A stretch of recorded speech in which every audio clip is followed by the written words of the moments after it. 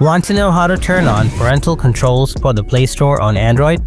You might want to restrict the content your child can access. Google Play's parental controls are a built-in feature to help you manage this directly on the device. So no worries, here's how you can set up these controls without a hassle. Here's the quick process to enable and configure parental controls. Open the Google Play Store app on your Android device that you want to control. Tap your profile icon in the top right corner. Go to Settings, tap Family, tap Parental Controls.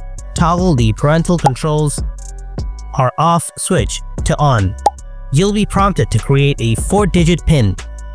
This PIN is crucial.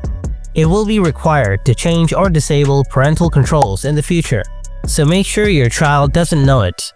Enter the PIN and then confirm it. Once the PIN is set, you can start setting restrictions or different content types. After setting your desired restrictions, press the back arrow until you're out of the settings. And that's it, your potential settings are now active on that Android device. If this video helped you out, then please hit that like button. And don't forget to subscribe to my channel for more troubleshooting guides and tech tips. Thanks so much for watching, and I'll see you in the next video.